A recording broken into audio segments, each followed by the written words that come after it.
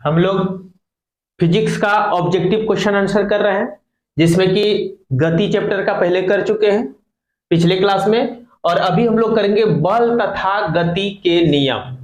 और मैं पहले भी बताया था कि ये सब यूनिट ऐसा है कि आपको सिर्फ 9th क्लास में ही ये काम नहीं देने वाला है, बल्कि आप 9th में आप पढ़ेंगे, साथ ही साथ आपको 11th क्लास में फिर मिलेगा। और किसी भी प्रकार का कंपटीशन का जब एग्जाम आप देने जाएंगे, उस समय फिजिक्स का बेस बन जाएगा 9th और 10th क्लास।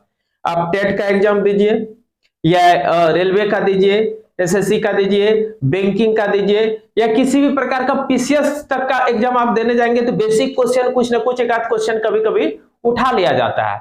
उस समय आपको ये सब क्लास बहुत ही याद आएगा कि नहीं, उस समय जो पढ़े थे बहुत मस्त चीज पढ़े थे। अभी मैं कर देता हूं इसका, सबसे पहले थोड़ा सा रिव्यू दिला दूं क्लास का। बल तथा गति के नियम, आप जानते हैं गति के नियम न्यूटन साहब ने दिया था। कौन दिया था? सर आइजक न्यूटन ने। कौन दिया था? हाँ, इसलिए इसके लिए मिलेगा न्यूटन के गति का नियम। इसके लिए अक्सर आता है नाम न्यूटन के गति का नियम, क्योंकि गति का नियम कौन दिया था? न्यूटन ने। कोई दिक्कत? और कितने नियम दिए थे इन्होंने? 3। पहला नियम क्या था? पहला नियम था जस्ट लाइक जड़त्व ही था, वो जड़त्व का नियम था कि जो वस्तु विराम में है विराम में रहेगा, गति में है गति में रहेगा। और पहला नियम से 2 डेफिनेशन निकला था, एक जड़त्व का परिभाषा निकला और एक बल का। इन दोनों का क्या निकला था? परिभाषा। ध्यान दीजिएगा, क्या निकला था? परिभाषा ओनली। क्या निकला था? परिभाषा। किसका किसका? न्यूटन गति के किस नियम से? पहला नियम। और दूसरा नियम जब पढ़े थे क्लास में, तो दूसरा नियम आप लोग याद कीजिए, दूसरा नियम से बल का सूत्र मिला था। क्या निकला था? बल का सूत्र निकला था। और बल का सूत्र क्या था? द्रव्यमान गुना त्वरण। बल बराबर क्या था? m इंटू ए। सबका भी कम लगेगा। और तीसरा नियम बता रहा था क्रिया और प्रतिक्रिया बल परिमाण में बराबर दिशा में विपरीत होता है। जैसे आप किसी को एक थप्पड़ मारिएगा तो उससे भी आपको चोट लगेगा, और दोनों बराबर होगा। बात समझे? आप जैसे कि इसका प्रैक्टिकल करते हैं, जैसे नदी में या कुआं में कूद के जब नहाए होंगे बचपन में कभी, तो जब कूदते हैं उस समय शरीर में भी चोट लगता है। हम लोग का शरीर से पानी को लगता है, पानी से भी हम लोग को लगता है, और वो बढ़िया अनुभव हो जाता है कि किस प्रकार क्रिया और प्रतिक्रिया बल परिमाण में बराबर और दिशा में विपरीत है। तो तीनों नियम इसलिए था। पहला नियम से क्या क्या परिभाषा निकला? और जड़त्व का संख्यात्मक मान को क्या कहते हैं? जैसे जड़त्व किसी का मापते हैं, तो जड़त्व के अंकीय मान या संख्यात्मक मान को क्या कहते हैं? द्रव्यमान कहते हैं। क्या कहते हैं? द्रव्यमान। और ये भी जानते हैं जिस पिंड का जितना अधिक द्रव्यमान रहता है उसका जड़त्व उतना अधिक होता है। कोई दिक्कत? या यूं कह सकते हैं जिसका जड़त्व अधिक होता है उसका द्रव्यमान अधिक होता है, जिसका जड़त्व कम रहता है उसका द्रव्यमान कम होता है। या द्रव्यमान अधिक रहता है जड़त्व अधिक, द्रव्यमान कम है तो जड़त्व कम। दोनों एक दूसरे के भी है ना। जड़त्व द्रव्यमान का जड़त्व का संख्यात्मक मान को ही द्रव्यमान कहते हैं। कोई दिक्कत? फिर बल का परिभाषा, बल का व्यंजक या सूत्र किस नियम से निकला है? दूसरा नियम से। किसी पिंड के संवेग में परिवर्तन की दर लगाए गए बल के समानुपाती होता है। उससे आगे लग करके हम लोग मैथमेटिकल रूप लेते हैं, तो F बराबर क्या निकल जाता है? और यहां से बल का जो SI मात्रक निकलता है, क्या निकलता है? किलोग्राम मीटर प्रति सेकंड स्क्वायर निकलता है ना। द्रव्यमान के लिए क्या आता है? किलोग्राम, और त्वरण के लिए मीटर प्रति सेकंड स्क्वायर। अर्थात बल का SI मात्रक किलोग्राम मीटर प्रति सेकंड स्क्वायर। और न्यूटन साहब का संबंध देने के लिए इसी का अन्य मात्रक जो है न्यूटन भी है। दोनों ही SI मात्रक ही है, ठीक ना। तो बल का SI मात्रक क्या हुआ? न्यूटन या किलोग्राम मीटर प्रति सेकंड स्क्वायर। कोई दिक्कत यहां तक? इस फॉर्मूला पर F बराबर m इंटू ए पर कई न्यूमेरिकल्स बनेगा। बल दे देगा, द्रव्यमान दे देगा, त्वरण निकालने कहेगा, कभी द्रव्यमान और त्वरण दोनों दे करके बल निकालने कहेगा, और बहुत इजी से बनेगा, ठीक ना। अब हम लोग स्टार्ट करते हैं। आपको मैं याद दिला दिया पूरा चैप्टर, और फिर नया कुछ अगर मिलेगा तो वो मैं उसमें बता दूंगा। आप चाहेंगे तो इसको हमेशा रोक करके एक बार अपना पढ़ के देख के बना के उसके बाद फिर पाउच कर करके अपना माइंड का टेस्ट ले सकते हैं। मैं हर बार हट जाऊंगा। अब चालू करते हैं। बल का SI मात्रक क्या है? तो 2 है, एक तो किलोग्राम मीटर प्रति सेकंड स्क्वायर या न्यूटन, दोनों में कुछ भी मिलेगा मार देंगे। तो देखिए एक मिला न्यूटन के बाद।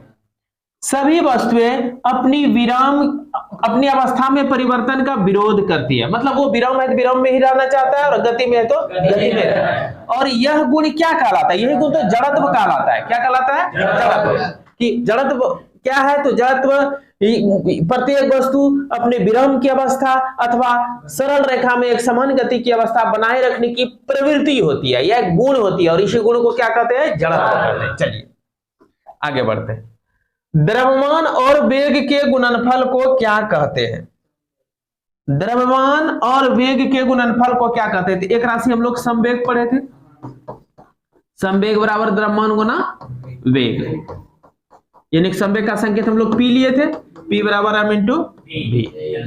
और संवेग का ऐसा मतलब क्या आ जाएगा? तो द्रव्यमान का क्या होता है? किलोग्राम, वेग का क्या होता है? मीटर प्रति सेकेंड, अर्थात संवेग का ऐसा मतलब। चलिए, तो द्रव्यमान और वेग के गुणनफल को क्या कहते हैं? संवेग। क्या कहते हैं? संवेग। तो एक नंबर हो गया। न्यूटन की गति के कितने नियम? बताइए कितने नियम है? 3 नियम है। न्यूटन के गति के पहले नियम से मिलता है, मतलब क्या चीज मिलता है? बल मापने का सूत्र नहीं, ये दूसरा नियम से मिलता है। किससे मिलता है? जड़त्व की परिभाषा, हाँ मिलता है। बल का भी परिभाषा मिला है और जड़त्व का भी परिभाषा मिला है। चाल मापने का सूत्र नहीं, त्वरण की परिभाषा नहीं। तो 2 नंबर हो गया। न्यूटन का गति का कौन सा नियम बल का परिभाषा देता है? बताइए बल का परिभाषा किस नियम से मिलता है? पहला नियम से। जड़त्व का परिभाषा और बल की परिभाषा और जड़त्व की परिभाषा दोनों किससे मिलता है? बल की परिभाषा और जड़त्व की परिभाषा किससे मिलता है? और बल का व्यंजक किससे मिलता है? दूसरा नियम से। चलिए फिर आप पहुंच करके अपना टेस्ट कर सकते हैं माइंड का। न्यूटन गति के दौरान के कौन कौन से नियम से बल मापने का सूत्र मिलता है? सॉरी, न्यूटन गति के कौन से नियम से, मतलब न्यूटन गति का किस नियम से बल मापने का सूत्र मिलता है? किस नियम से सूत्र मिलता है? दूसरा नियम से। दूसरा नियम से सूत्र, पहला नियम से 2 परिभाषा, जड़त्व का और बल का, और दूसरा नियम से बल का सूत्र F बराबर m इंटू। न्यूटन के दूसरे गति नियम से किसकी माप प्राप्त होती है? दूसरे गति नियम से किसकी माप प्राप्त होती है? बल की, F बराबर m इंटू। प्रत्येक क्रिया के समान एवं विपरीत प्रतिक्रिया होती है। प्रत्येक क्रिया के समान एवं विपरीत प्रतिक्रिया होती है, तीसरा नियम है। क्रिया के समान और विपरीत प्रतिक्रिया होती है, कौन सा नियम है? तीसरा है। फिर आप पहुंच करके देख सकते हैं, न्यूटन का कौन सा गति विषयक नियम ही गति का वास्तविक नियम है? अब देखिए क्वेश्चन क्या है, न्यूटन का कौन सा गति विषयक नियम गति का वास्तविक नियम है? तो दूसरा नियम है F बराबर m इंटू ए। इसी को न्यूटन के गति का वास्तविक नियम इसलिए कहते हैं, इससे तीनों नियम निकल जाएगा। इससे पहला नियम भी निकलता है, इससे तीसरा नियम भी निकलता है, और खुद पहला नियम तो है, यही नियम है, तीनों को प्रूव कर देगा। बात बुझे? तो कौन सा गति विषयक नियम गति का वास्तविक नियम कहलाता है? कौन तो कहलाता है? दूसरा। निम्न में से किसका जड़त्व अधिक होगा? तो हम लोग जानते हैं जिसका द्रव्यमान अधिक होता है उसका जड़त्व अधिक होता है। तो द्रव्यमान देख लीजिए, साइकिल ज्यादा भारी है, कार है ज्यादा, बस है, रेलगाड़ी है, रेलगाड़ी बहुत ज्यादा द्रव्यमान होगा, और जिसका द्रव्यमान अधिक हो उसका जड़त्व अधिक होगा। संवेग का मात्रक है, तो संवेग बराबर सूत्र क्या अभी भी बताए थे? द्रव्यमान गुना वेग, अर्थात किलोग्राम मीटर प्रति सेकंड। इसलिए क्या हो जाएगा? किलोग्राम मीटर प्रति सेकंड। एक नंबर।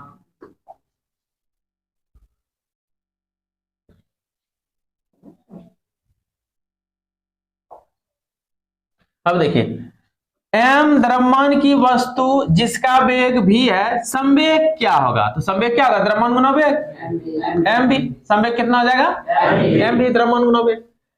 बल F, द्रव्यमान m तथा त्वरण a के बीच संबंध क्या है? तो F m a के बीच संबंध क्या है? F m a के बीच संबंध है F बराबर m इंटू a। एक नंबर। न्यूटन किसका मात्रक है? किसका मात्रक है? न्यूटन बल का। बल का ही मात्रक क्या होता है? किलोग्राम, और त्वरण के लिए मीटर प्रति सेकंड स्क्वायर, और इसी को क्या कहते हैं हम लोग? न्यूटन। क्या कहते हैं? न्यूटन। किस किसी वस्तु के जड़त्व की माप है, तो किसी वस्तु के जड़त्व की माप को क्या कहते हैं? द्रव्यमान कहते हैं। जड़त्व का गुण, जड़त्व का गुण प्रत्येक वस्तु में पाया था, प्रत्येक वस्तु में पाया जाता है, प्रत्येक वस्तु पाया था, दोनों तक ही ऑप्शन है, ठीक ना। किसी वस्तु में नहीं पाया जाता है, केवल गतिशील वस्तु पाया था, नहीं, प्रत्येक वस्तु, चाहे वो गतिशील हो चाहे विराम हो, हर एक वस्तु में जड़त्व का गुण पाया जाता है। ये दोनों संजोग से लिखा गया है, ऐसा परीक्षा में नहीं रहेगा, ठीक ना, दोनों एक ही चीज लिखा गया है। जिस गुण के कारण कोई पिंड अपने विराम या गति की अवस्था बनाए रखना चाहता है उसको क्या कहते हैं? जड़त्व कहते हैं। जड़त्व का डेफिनेशन है कि प्रत्येक वस्तु अपनी विराम की अवस्था अथवा सरल रेखा में एक समान की गति की अवस्था बनाए रखने की प्रवृत्ति होती है, और इसी प्रवृत्ति को जड़त्व कहते हैं। क्या कहते हैं इसको? तो जड़त्व हो जाएगा, बनाए रखना चाहता है, और उसे क्या कहते हैं हम लोग? जड़त्व। रॉकेट किसके सिद्धांत पर कार्य करता है? रॉकेट संवेग संरक्षण के सिद्धांत पर कार्य करता है। यहां दिया है क्या है? संवेग संरक्षण का सिद्धांत, ठीक ना। P बराबर m इंटू v, ये संवेग है ना। एक्चुअली में होता क्या है कि रॉकेट जब विराम की अवस्था में होता है, ठीक ना, तो विराम की अवस्था से जब ये चलना चालू करता है तो धुआं उसका पीछे तरफ छूटता है, और धुआं का वेग और द्रव्यमान अगर गुना कीजिएगा तो, और रॉकेट जिधर जाने लगता है उधर का द्रव्यमान और वेग गुना कीजिएगा तो दोनों देखिएगा क्या होगा? समान हो जाएगा। लेकिन इसका संवेग का दिशा इधर हो जाएगा, इसका दिशा इधर हो जाएगा, जिसके कारण एक प्लस मिलेंगे तो एक माइनस मिलेंगे, दोनों जोड़ेंगे जीरो हो जाएगा, होगा ना। और जब रॉकेट विराम में रहता है उसमें वेग जीरो है ना, जब विराम में है तो द्रव्यमान गुना वेग करते हैं तो संवेग निकलता है। अर्थात जब विराम में रॉकेट रहता है तो उस समय संवेग कितना होता है? और जब ये गतिशील हो जाता है तो उसमें धुआं का संवेग और रॉकेट का संवेग दोनों परिमाण में समान लेकिन दिशा में विपरीत होता है, जिसके कारण एक का मान प्लस में तो एक का मान माइनस में लेता है, और जोड़ते हैं तो वो फिर जीरो हो जाता है। तो संवेग संरक्षण का नियम पालन करता है। क्या करता है? रॉकेट किस सिद्धांत का पालन करता है? न्यूटन किसके बराबर होता है? किलोग्राम मीटर प्रति सेकंड स्क्वायर। न्यूटन किसके बराबर होता है? चलिए अब 21 से फिर देखते हैं। चलिए 21 नंबर पढ़ते हैं। किसी गतिशील पिंड का वेग आधा करने से उसका संवेग कितना होगा? सामान्य स्थिति में P बराबर क्या होता है? m इंटू v, लेकिन कहता है वेग आधा कर देंगे तो m इंटू v बाई 2 हो जाएगा ना, होगा तो संवेग क्या हो जाएगा? जो भी यहां था इससे आधा नहीं निकला जी, अरे ये mv था, mv को 2 से भाग दे दिए, mv तो पहले p था ना, तो p बटे 2 नहीं हो गया, यानी संवेग कितना हो गया? आधा हो गया। नया संवेग क्या हो जाएगा? आधा हो जाएगा। तो आधा का ये 1 नंबर हो गया। 1 किलोग्राम भार कितने न्यूटन के बराबर होता है? 1 किलोग्राम भार मतलब कहना चाह रहा है कि 1 किलोग्राम का कोई पिंड है उसका भार किसके बराबर होता है? तो भार बराबर सूत्र क्या होता है? भार बराबर सूत्र होता है m इंटू जी। क्या होता है? हाँ, द्रव्यमान गुणों गुरुत्वीय त्वरण को क्या बोलते हैं? भार बोलते हैं। ठीक, ये नया चीज मिला, अभी आप जान लीजिए, क्लास में पढ़ाए थे, अभी जान लीजिए कि भार क्या होता है? द्रव्यमान गुणों गुरुत्वीय त्वरण, इसको क्या कहते हैं? भार। और भार एक सदिश राशि है, ठीक ना। ऐसे भी देखिए कोई भी त्वरण हो उसको द्रव्यमान से गुणा करते हैं तो बल निकल आएगा, अर्थात ये भी बल है। भार क्या है? बल है, पृथ्वी के द्वारा लगाया हुआ गुरुत्वाकर्षण बल है। इसलिए मैं बताया था भार सदिश पहचानने में कि भार एक सदिश है। क्यों? क्योंकि भार भी बल है और इसमें वो मिल गया, याद आया? चलिए, तो यहां देखिए 1 किलोग्राम भार कितने न्यूटन के बराबर होता है? अर्थात 1 किलोग्राम का अगर पिंड ले लिया जाए 1 किलोग्राम का, तो इसका भार कितने न्यूटन होंगे? तो जी का मान तो कांस्टेंट होता है 9.8 ना, इसको इससे जैसे ही गुना कर देंगे मीटर प्रति सेकंड स्क्वायर, जी का भी तो मात्रक वही होगा, किसी भी प्रकार का त्वरण रहे वही मीटर प्रति सेकंड स्क्वायर। त्वरण का मात्रक क्या होता है? तो गुना का तो 9.1 है, 9.1 हो गया किलोग्राम मीटर प्रति सेकंड स्क्वायर हो गया। तो 1 किलोग्राम पिंड का जो द्रव्यमान होता है उसका भार कितना होता है? कोई दिक्कत? आगे रॉकेट की गति में निम्न में से कौन सी भौतिक राशि संरक्षित रहती है? तो कौन सा राशि संरक्षित रहता है? संवेग। नहीं बताया था? संवेग संरक्षण के सिद्धांत पर कार्य करता है, अर्थात संवेग ना तो घटता है ना तो बढ़ता है। मैं बताया था कि रॉकेट जब विराम में है तो उस समय उसका संवेग 0 होता है, क्योंकि संवेग बराबर द्रव्यमान गुना वेग। संवेग बराबर, और रॉकेट जब विराम में द्रव वेग कितना होगा, अर्थात 0। और फिर जब रॉकेट गतिशील अवस्था में आ जाती है तो उसमें क्या होता है, धुआं का जो संवेग होता है जितना भी आ जाए और रॉकेट का जो संवेग होता है एकदम हुबहू दोनों बराबर होता है। क्या होता है दोनों, लेकिन इसका दिशा माइनस होता है, तो दोनों जब जोड़ेंगे तो इतना प्लस में मान लीजिए 50 है, 50 किलोग्राम मीटर प्रति सेकंड, और ये हुआ माइनस 50 किलोग्राम मीटर प्रति सेकंड, तो दोनों जोड़ेंगे तो क्या होगा, 0। तो संवेग संरक्षित रहता है। कौन सा राशि संरक्षित रहता है, संवेग संरक्षित रहता है। और वो कौन सा संवेग होता है, रेखीय संवेग। कौन संवेग होता है, रेखीय संवेग। कोणीय संवेग रहेगा तो रॉकेट ऐसे ऐसे चलेगा, ठीक ना। किसी वस्तु का जड़त्व निर्भर करता है द्रव्यमान पर। जड़त्व किस पर निर्भर करता है, मैं बताया था, द्रव्यमान अधिक हो तो जड़त्व अधिक, तो वस्तु के द्रव्यमान पर किस पर निर्भर करता है। यानी कि 3 पिंड ए बी सी के द्रव्यमान इतना इतना इतना है, इनमें से किसका जड़त्व कम होगा, किसका कम होगा, जो कम द्रव्यमान का, अर्थात बी नंबर वाला। कौन ठो, तो 2 नंबर हो जाएगा। समझ में आया क्यों, जिसका द्रव्यमान कम उसका जड़त्व उतना कम। 4 वस्तु ए बी सी डी के द्रव्यमान क्रमशः इतना इतना इतना और 18 किलोग्राम है, किसका जड़त्व सबसे अधिक होगा, तो 18 वाला का, 18 किसका है, डी का ना, तो डी का है ऑप्शन। समझ में आया। फिर हमेशा आप रोक लें, पहुंच करके उसके बाद एक क्वेश्चन पहले कर लेते हैं तब आगे बढ़ेंगे।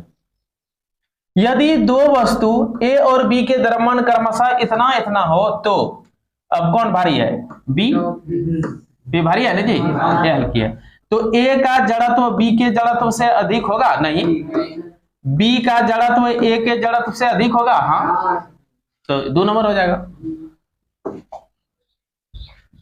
फिर वीडियो को पॉज करके आप लोग टेस्ट कर सकते हैं अपना माइंड का, उसके बाद फिर देखेंगे।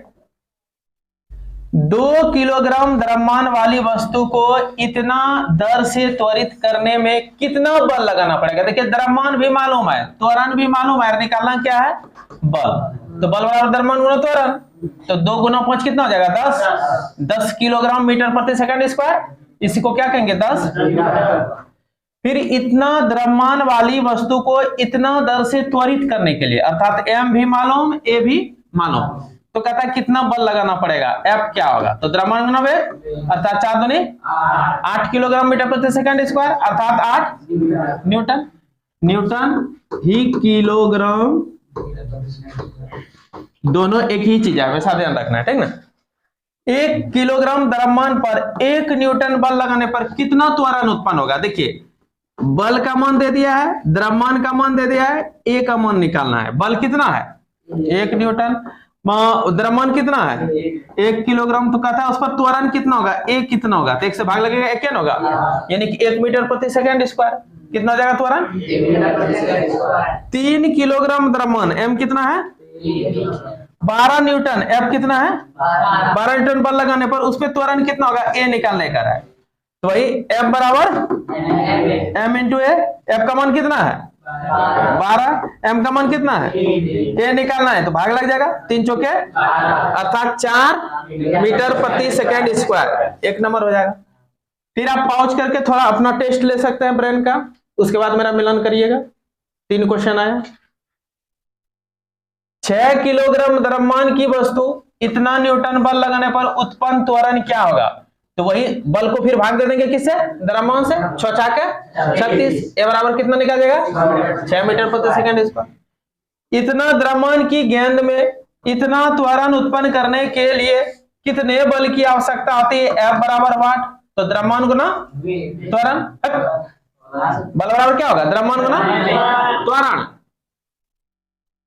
इतना बताते फिर बेगे बोलता है बल सब, ये ना होता है। द्रव्यमान कितना है 6 किलोग्राम और त्वरण कितना है, तो 6 चौके 24 किलोग्राम मीटर प्रति सेकंड स्क्वायर, अर्थात 24 न्यूटन। इतना न्यूटन का कोई बल इतना किलोग्राम की वस्तु पर इतना सेकंड तक कार्य करता है, तो त्वरण क्या होगा, तो त्वरण क्या होगा, एफ बराबर एम इंटू, त्वरण निकालना है तो एम से क्या करेंगे, तो 30 को 5 किलोग्राम से भाग खाली दे देना है, 5 छक्के 30, 6 हो जाएगा, कितना हो जाएगा 6 मीटर प्रति सेकंड स्क्वायर, क्योंकि त्वरण है ना। तो इस प्रकार ये चैप्टर भी खत्म हो गया।